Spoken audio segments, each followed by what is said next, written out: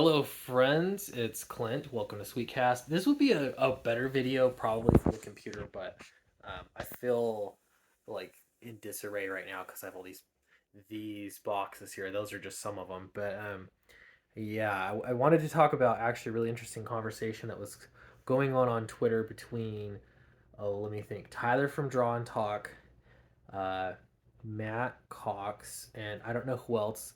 I chimed in a couple times, and it was interesting because the discussion was over the best way to crowdfund and um, like the way that things ought to be and how you could get to be a big publisher and can't get to be a big publisher and a few things like that. So I kind of wanted to chime in and echo some of the great points that were made. Um, but one of those, okay, the concept of crowdfunding versus crowd selling.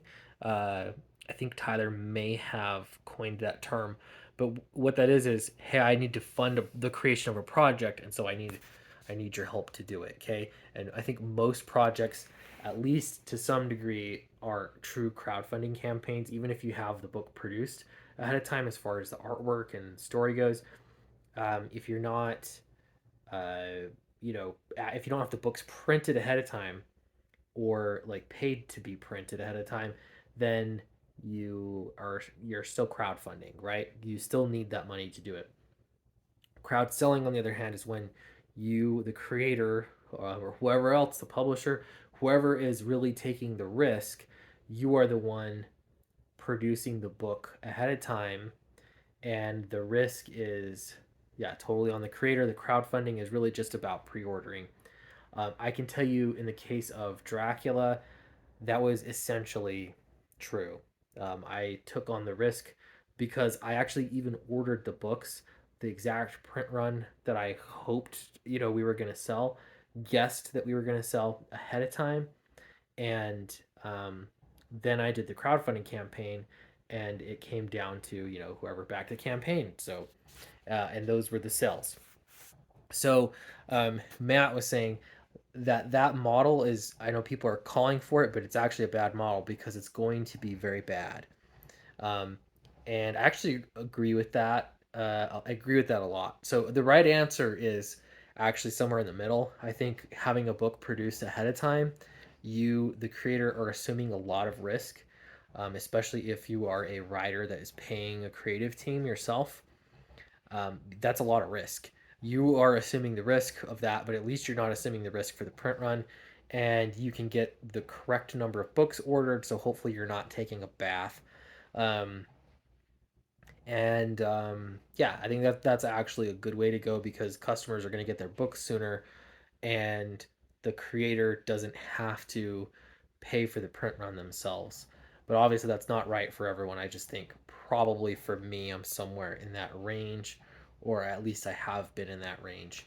Um, but it's not for everybody.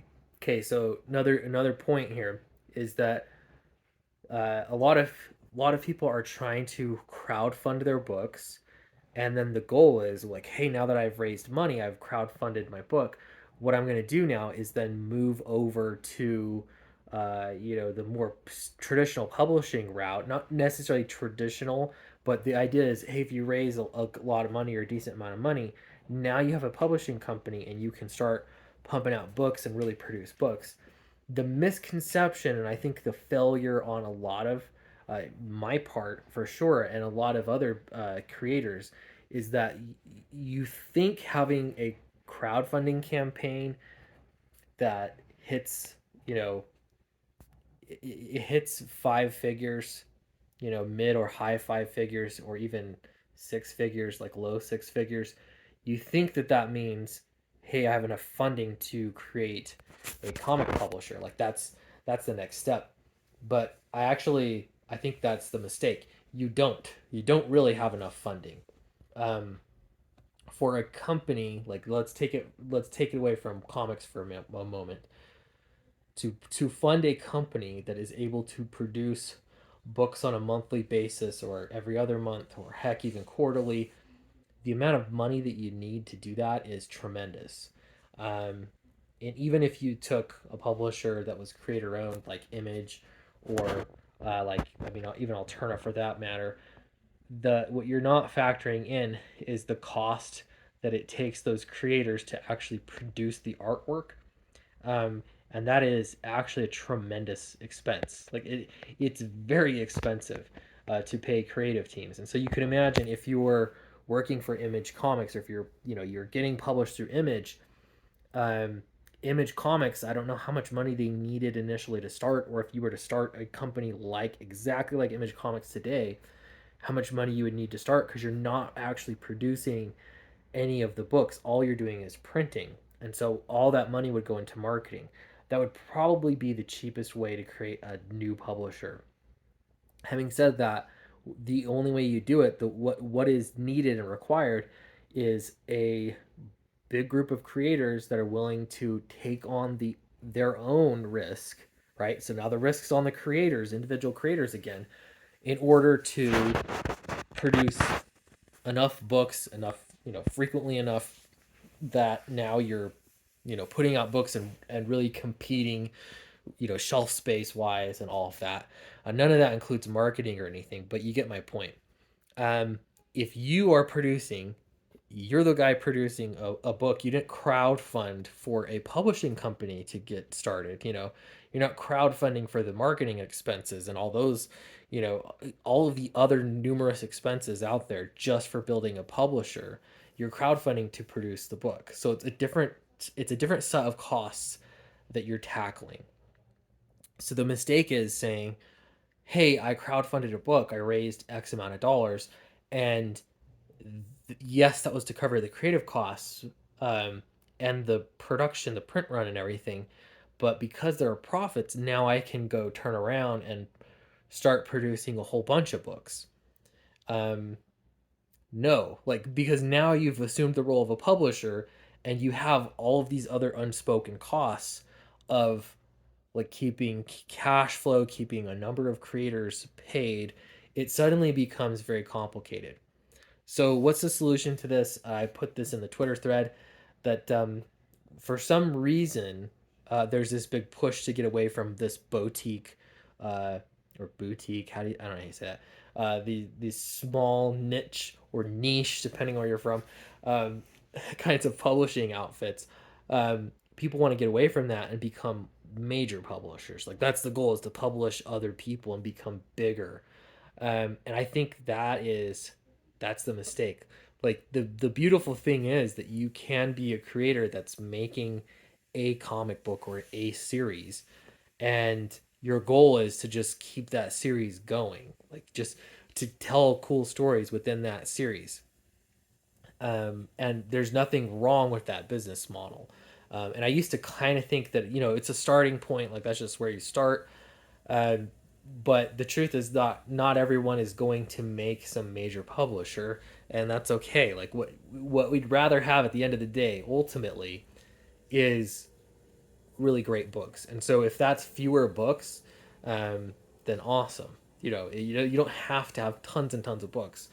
Um, anyway, so those are some of my thoughts on it. I think it's obviously different for everybody, and if you really had some serious profits, um, you know, probably a few creators come to mind. Most notably would be Young Ripa.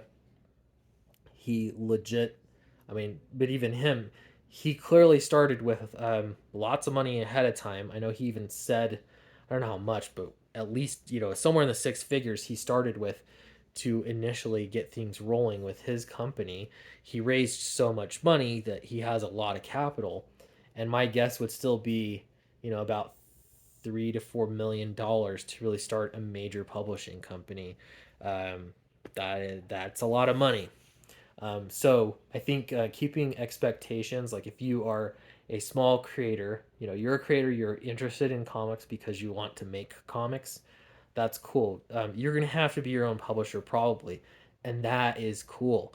You don't need to try and do aggressive expansion and become some other major publisher, because chances are you're probably not really cut out for that. Like, it's a totally different thing. Maybe you are, but I think for the most part, most people, you are just going to be making a series, you know, one series at a time, maybe two. Um, but you know, you're just gonna be making books one at a time, and if you make them awesome, people are gonna enjoy them, and there's nothing wrong with that. It's a beautiful thing. Anyway, thanks for watching. Appreciate you. Don't forget, sign up for the Downcast 4 pre-launch. I don't know when that's launching, by the way. I want to make sure I do it right and lay the foundation for a good campaign. In the meantime, Fatal is shipping soon. I have all the books here. Those are, yeah, some of them. I've got all the books here, which is a good feeling. Charlie is signing book plates, and yeah, I've got stickers coming, and things are in motion. So I should be starting fulfillment pretty soon. And I'll be honest, this is a massive campaign, so it's probably going to take me at least a month of pretty intensive, dedicated work in order to get these books out. But appreciate your patience and support, and I'll see you in the next video.